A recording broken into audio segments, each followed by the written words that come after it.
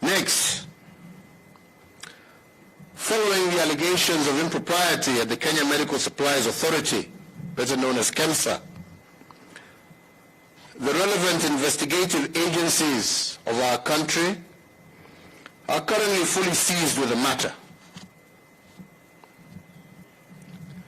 However, given the compelling public interest on the matter, the relevant agencies should expedite their ongoing investigations and conclude the same within 21 days from the date hereof.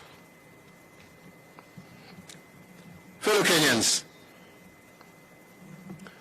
in line with my stated public policy on zero tolerance to corruption, I want to once again reiterate that all persons found to be prima facie culpable as a result of those ongoing investigations should be brought to book, notwithstanding their public office or their political, and for that matter, their social status.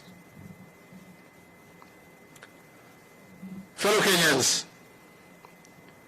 the pandemic before us poses an individual crisis. It poses a health crisis, but it also poses an economic crisis. If the cure for this crisis is civic responsibility, and indeed, I do believe we have and are doing well in that area, there are some good returns as well from our economic sector.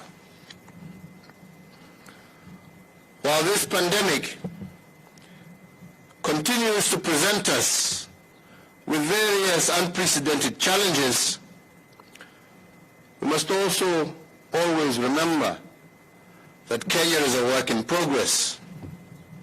And that is why, even as we face the challenges before us, we must also celebrate the good returns, even as we continue to battle the challenges before us. Since March of this year, I have given 10 addresses over the COVID-19 pandemic, and today marks the 11th one. And in the 10 addresses, I have made certain directives to cushion our economy and enhance the purchasing power of our people.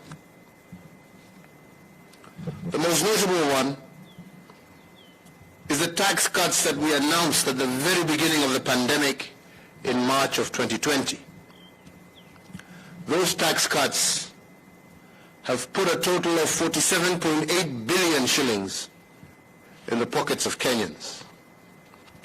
This added to the additional 14 billion shillings of VAT refunds that I directed in the same month of March. We have in addition ensured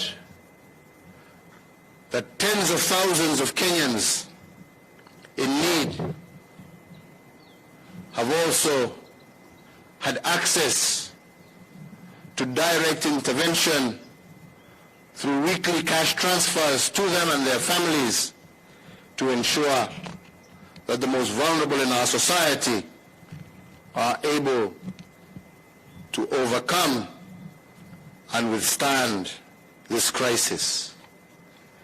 Added to this, we have the hundreds of thousands of Kenyans currently engaged in our kazi mtaani.